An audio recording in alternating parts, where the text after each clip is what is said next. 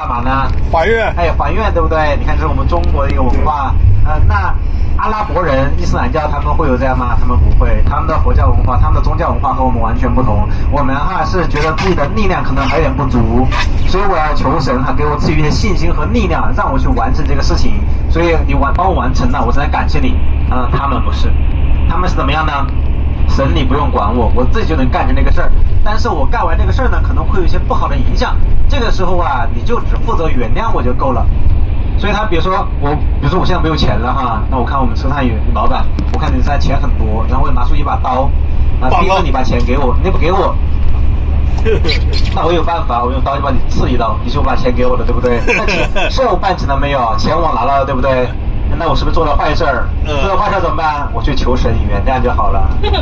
发现这个不同没有一个是我还差点东西你帮助我去完成这个事儿，我是在感谢你。那在他们眼中就是你不用帮我，我能干成这个事儿，你只需要负责一件事儿，原谅我，这就够了。这也是有文化的一个差异，对不对？所以我们有的时候经常会说国外的一些小孩他们会更加独立一些，自立自强一些，对不对？跟这些文化也有一定的一个影响也有你的关联那这是外国的一个文化那我们这个时候可以往我们的右前方看一看右前方这边有个红色的建筑，这个建筑上面有一个人的画像右前方这个画像是谁呢？就是阿联酋的现任总统，叫做谢赫穆罕默德扎耶德阿勒拉哈扬，大家记住他的名字了吗？这是竖中指吗？记不住这是叫竖中指吗？他们现在的总统也是阿布扎比的酋长，您可以记住他叫做谢赫穆罕默德。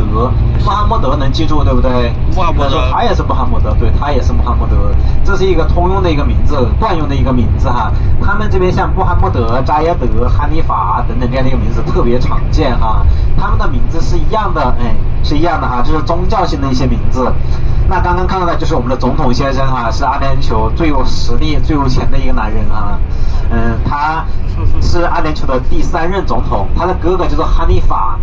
哈尼法大家熟悉对不对？哈尼法塔对不对？就是以他的名字命名的。然后哈尼法的弟弟就是他。那扎耶德是谁呢？扎耶德是他爸爸。相当于他爸爸把他的皇位传给了他的哥哥，他的皇位把他哥哥把他的皇位传给了他的弟弟这样子的。然后这边呢是他们的展会，大家看这边还有停了很多车最近还有一些展会在开。这边是展会中心。那大家还可以看一下我们的右前方右边右边这个建筑，这个酒店看到没有它是斜着在的，仔细观察它。全世界倾斜角度最大的一个建筑17%的倾斜角度，比比斜塔的5倍还要多一些比萨斜塔还要斜。比萨斜塔不够斜只有大概3度左右，这个是17度就相当于比萨斜塔的5倍还要多一些。是这个吗？全世界最倾斜的，对。它在下面实际上它下面的主体大概到11层这个位置是直着在，从11层左右开始就向外边这偏出来17度这个建筑也是很了不起的大家可能没有听说过对不对？因为大家听说更多都是迪拜的东西，是不是？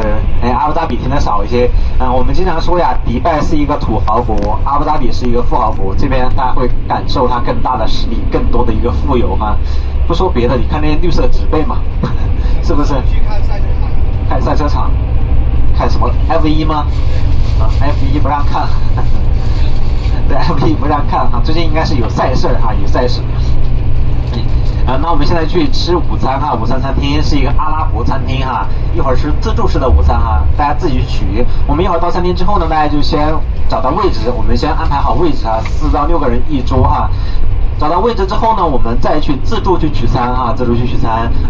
先少取一点，看看你有什么吃的习惯的好吃的，你就多第二次再去多取一点不要一次取太多浪费那这个是自助的，有这个主食然后有餐菜首先跟大家说一下我们的主食是米饭有这个大米这种炒饭还有这个mandi还有这个mandi也是上面有鸡肉，金黄色的这种米饭。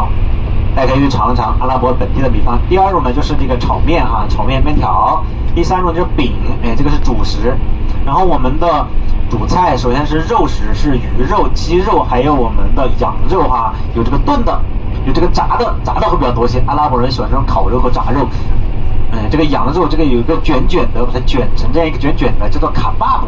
把这个羊肉打成那个碎末，然后再把它裹起来，淀粉裹一裹啊，鸡蛋裹一裹，再一烤，卡巴布去尝一尝。蔬菜的话就是基本上都是这个生的哈，基本上都是生的，跟沙拉一样哈。然后以后有甜点，一会儿我们再自助去取它。这会儿开过去还有20分钟哈，这会儿精神是不是比早上好很多了？是的，睡了太好，要吃饭了，精神更好了，是不是？是的。我们今天走完这个清真寺，然后中午吃饭，下午的话还有这个阿布达比的民俗村，然后还有这个国会大厦的外观，这个还有巴新球场皇宫的车关哈，然后还有这个总统府的入内参观，一个卢浮宫的外观，还有这个亚伯拉罕，因为去不了入不了内哈，暂时不开放，我们外观一下，之后今天的行程结束了哈，结束了，然后我们今天晚上在阿布达比住一晚。今天晚上住这个国家，明天的话我们就要驱车4个小时左右去到纳斯海马，纳斯海马去到另一个国家哈，纳斯海马呢待一天之后呢，再在迪拜待2天，这是我们的一个行程哈，整个就是大概是4个国家哈，4个国家我们都会去到，这个阿布达比、迪拜、纳斯海马和沙迦，4个国家，沙迦和他们，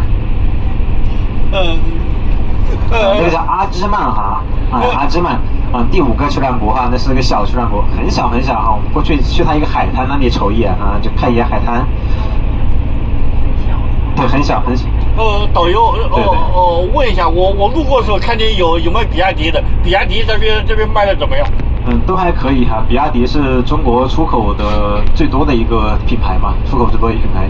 现在国产汽车在这边卖的也会比较多一些哈。这个阿联酋是几个？是5个国家吧？阿联酋是7个国家哈。那么我们去5个，能不能介绍一下这几个有什么有什么特点？后面会慢慢去聊这个东西哈，因为我们还没有去到，有些东西比较陌生哈，我们先去看一看，之后呢，我们再去聊他们的一个内容哈，包括他们的政治啊、经济啊，慢慢的会去聊哈。要不你要实在一点嘛？那哪一个国家盛产美女？你给我实在一点嘛。你去日本吧。发到非洲去。都产美女哈，都产美女，因为他们的五官很立体哈，都比较好看，都产美女。那我们现在先去吃饭哈，大家要看美女，后面也可以看到哈，但是一般看不到她的脸哈，只能看到2个眼睛啊，因为他们这样蒙的比较多一些。就是我们来的时候路过一个大学，那个大学叫什么？有很多大学哈，有很多大学，我不太清楚您说哪一个。就是刚才快到清真寺路过最近的那个大学。那有4、5个大学的那一块儿，可能你只看到那一个，但我不确定是哪一个哈。这边大学很多啊，说了之后你可能也不知道。你不是什么著名的大学哈，本地呀或者一些小的一些国家的一些学校哈，这样子的。那讲那个阿布达比最好的一个学校是哪一个？阿布达比没有最好的学校哈，这边最好的学校是美国大学哈，美国大学。阿布达比这边最好的就是美国大学，整个阿联酋也是一样的哈。为什么路上没有名车？没有什么？没有跑车。对，没有。没有，就是没有人飙车，911保时捷飞起来。没有一个土豪会大中午这么热的天闲着没有事在外面乱晃，对不对？他们只会去一些好的地方、奢华的地方，对不对？您说他开个跑车在大马路上这样压马路，这也不符合他的身份，是不是？那您比如说去这个8星球场皇宫酒店，去7星帆船酒店、6星级亚特兰蒂斯酒店，你会发现前面停满了跑车、豪华车，停满了哈，这个数都数不过来，认都不认识，有些车还叫不出来名字的，你只会觉得哇。好，有钱哈，他不会说满大街去跑哈，是这样子的。阿布达比呀、迪拜呀，我们慢慢去看哈，后面还有很多时间去看，我们还有很多时间去聊哈，大家可以怀揣着我们的好奇心哈去看，有不懂的可以都问我哈。那问你一个专业问题，比如说这边跟大陆之间做哪一块的贸易比较好，就是互通有无的。就是哪些人，这大陆人在这边经商做的比较成功，哪些行业？这是一个贸易都市哈，一个国际性的一个都市，所有的行业、所有的贸易都是不错的，这边所有的都进口哈。其实没有说哪一个行业好或者是不好，只不过看你在哪一个行业更具有竞争力而已哈。没有什么好坏之分啊，都是一样的。对，大家有感兴趣的问题都可以问我哈，我们后面可以慢慢了解。因为大家才刚刚来到这个国家嘛，可能还有很多的好奇，很多的问题哈，这个都是挺好的哈。谢谢。我们可以看到这一块也是别墅比较多一些，对不对？阿布扎比哈是比较豪的一个国家，比较大的一个国家，也是比较有钱的一个国家哈。刚刚列出了一个全世界最奢华的清真寺，46吨黄金作为一个内部镶嵌，对不对？很奢华。那还有更多的，像我们下午会去到一个总统府，总统府那边有55吨黄金哈，还要更多一些哈，满满都是黄金哈，你就看到金碧辉煌，很舒服的感受哈。问一下，这边别墅房价大概一平大概多少钱？这边的别墅没有一个均价啊，就是看它的房子。比如它那一套大概是人民币大概要多少？起步价最便宜的话，可能就是400-500万人民币哈，最便宜的地方，400-500万人民币。哇，是深圳别墅是很常见的哈，不是很稀少的，因为它的是人口比较稀哈，然后这个地方比较大，所以建别墅比较方便一些。这边就是高楼大厦会更多一些。这边有房产税吗？没有没有房产税，只有一个5%的土地管理注册费。只有这个东西。是交一次还是每年都得交？交一次。谢谢。这个都是一次性的哈。那在阿联酋的话，就是有很多的有钱人，他们不会天天出来，他们可能住的是别墅，也有很多住高楼。现在迪拜很多的有钱人就会住这种高楼哈，像哈利法塔呀这种高楼建筑也是很昂贵的哈，并不一定是别墅才是最贵的。房产是多少年呢？它有没有70年产权？终身的，永久的，就是我们说的这个99-100年啊，99年嘛，就是永久的嘛。这个会比较好一些哈，买完就是你的了。我哋廣東都係60-70年。对，跟中国会有一个比较大的一个区别，一个变化哈。好，那我刚刚讲了一下我们今天的行程哈，我们今天走完就回酒店。那我们明天呢去拉斯海马，后天2天就在阿布扎比，在那个迪拜哈待2天，所以阿布扎比1天，拉斯海马1天，迪拜2天哈。也不能算迪拜2天，因为还有沙加和阿基曼，那还得花半天的时间，相当于迪拜有1天半的时间哈。我们整个的行程，然后呢这会儿去餐厅哈，给大家推荐一下我们在阿联酋可以值得去玩的一种自费项目，比较精华、比较核心的哈。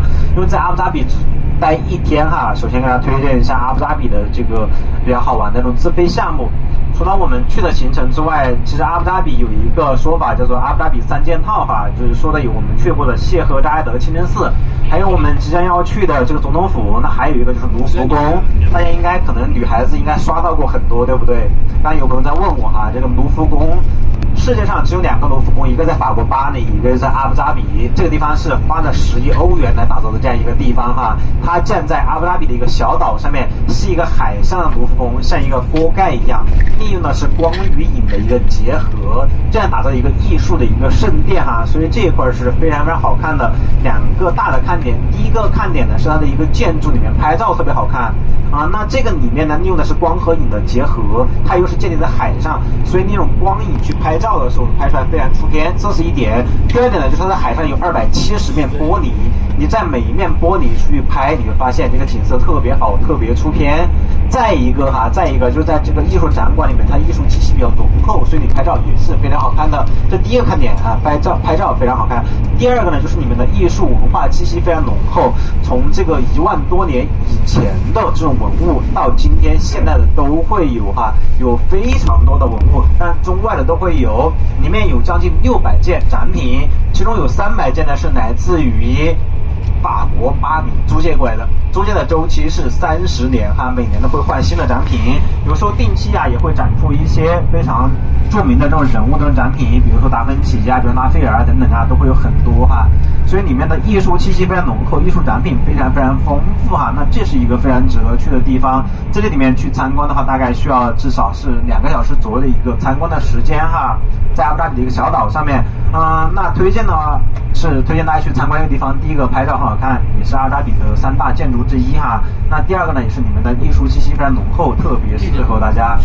这个地方的话，它的门票是85美金啊，85美金一位哈。里面有解说吗？没有解说哈，没有解说。这边的卢浮宫跟法国卢浮宫一样，都是需要大家自己去看的哈，没有解说。但是拍照和艺术气息都比较浓厚，这是第一个。那第二个呢，在阿布扎比还可以去就是阿布扎比有一个黄金咖啡哈，在全世界最高星级的酒店8星级酋长皇宫酒店里面有一个黄金咖啡。这里的大堂是非常非常豪华的，使用了40多吨黄金哈来打造它，所以里面奢华无比哈。你进入到这个里面去之后，你会发现啊，里面满满的都是黄金。真的是金碧辉煌哈，非常非常璀璨，非常非常好看。每一个地方、每一个角落拍照哈都很特别，都是景哈。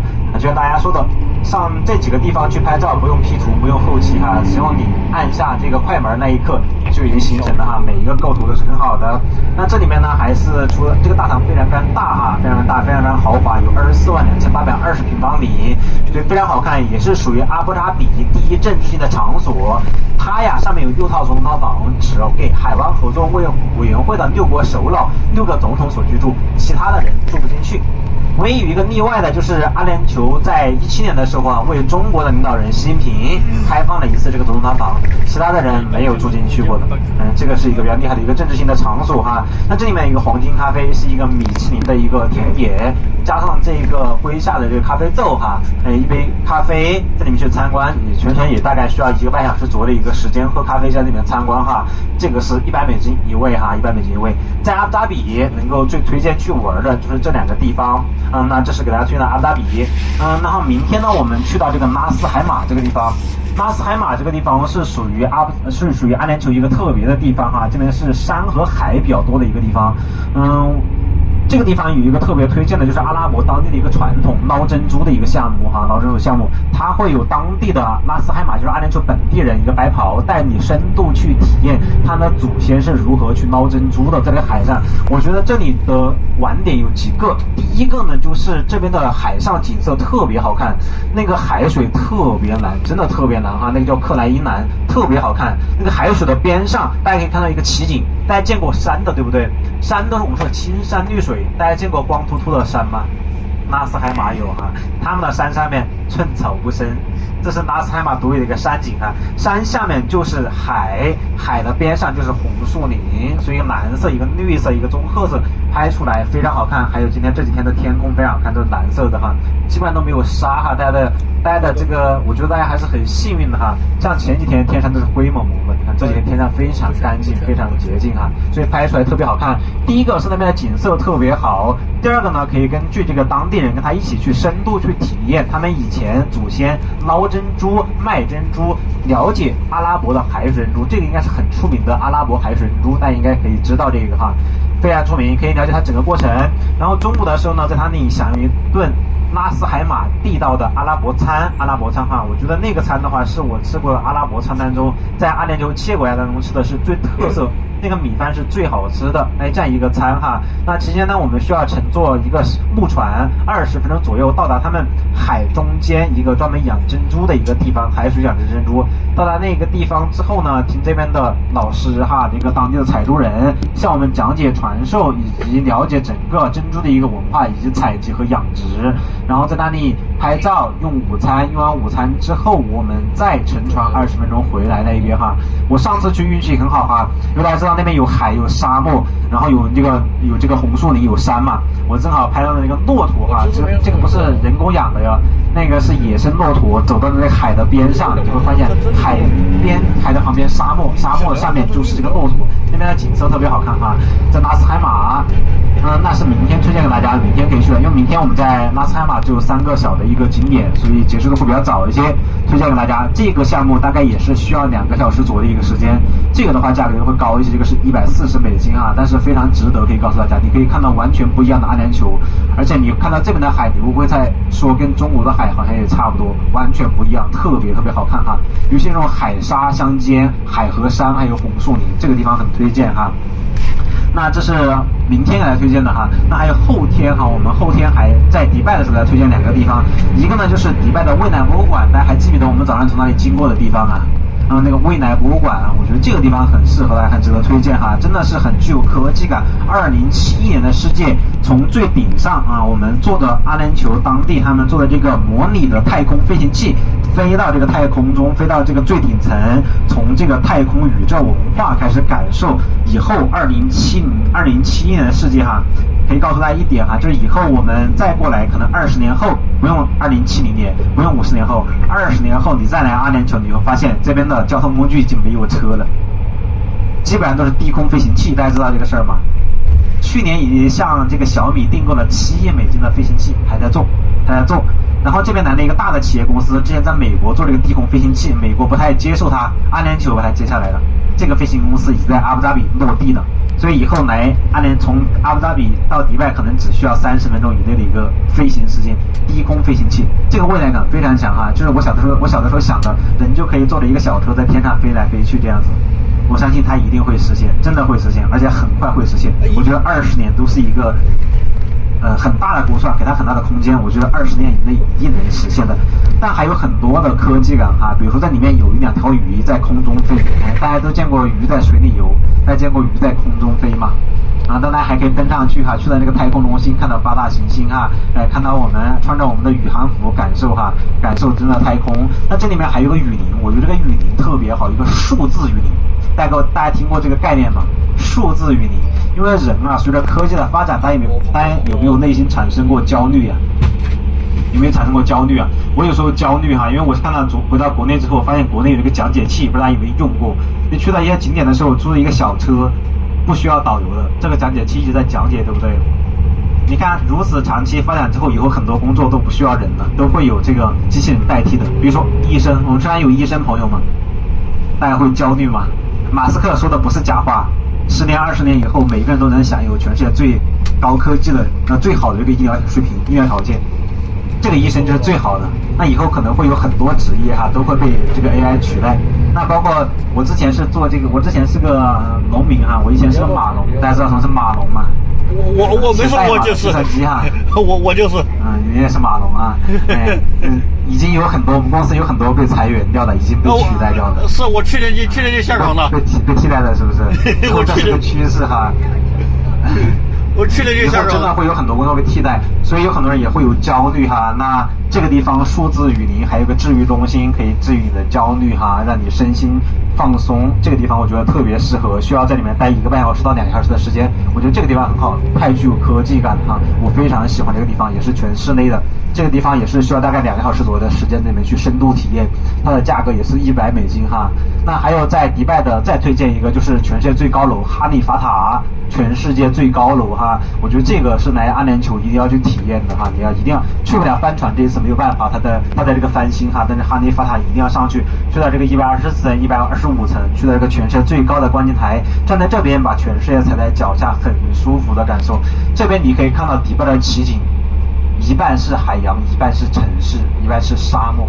其实他们的城市景色特别好，海边中间是城市一条，边上是无垠的沙漠，非常非常特别哈。然后在这个上面你能看到阿联酋所有的奇特的建筑、奇特的造型，包括我们提到的中立岛观景台，都能够看到中立岛观景一切的一切，帆船啊，这个未来博物馆啊，还有这个黄金相框啊，等等都可以看到哈。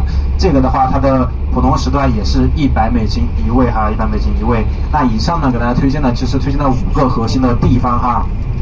大家可以一会儿可以想选一选。那根据我哈，其实我给大家做一个计划，一个基本的基础游的计划的话，我觉得大家可以去选择这个阿布扎比的卢浮宫，今天可以去，然后明天呢去纳斯海马游玩1天，后天呢去这个未来博物馆，再后一天去这个全世界最高楼哈利法塔，就3个项目最基础的啊。那最基础的，那如果大家想深度去体验一下，我觉得这个纳斯海马的这个采珍珠项目真的是非常值得去体验一下，就是3个加1个4个就能完整到每一天的一个项目。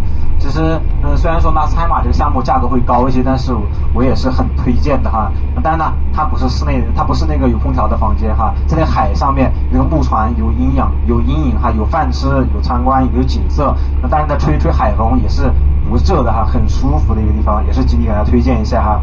那以上给大家推荐了5个地方，第一个呢就是在阿联酋阿布扎比水岸国卢浮宫，这个是85美金一位。第2个呢就是8星级皇宫酒店里面的黄金咖啡，这个是100美金一位。第3个呢就是去纳斯海马这个捞珍珠的项目，140美金一位。那再就是我们回到迪拜之后，未来博物馆这个是100美金一位。还有就是哈利法塔100位机位，一共推荐了5个哈，我推荐大家去3个或者4个比较好哈。如果你想深度一点，可以去4个，大家可以去商量一下，可以想一想，一会儿呢我们吃完饭之后给大家统计一下，把这个票定一下，尤其是像马斯海马和阿布扎比的项目哈，都得提前给大家定好。如果我们今天没有太多的时间，可以去哈。好，那我们也到达餐厅了，时间差不多哈。我们现在呢把这个随身贵重品带上，我们餐厅上2楼去吃饭。自助餐，先找到位置再去取餐。如果想要喝热水的朋友，可以带上你的热水壶哈，这里面有热水可以接啊。闹珍珠不？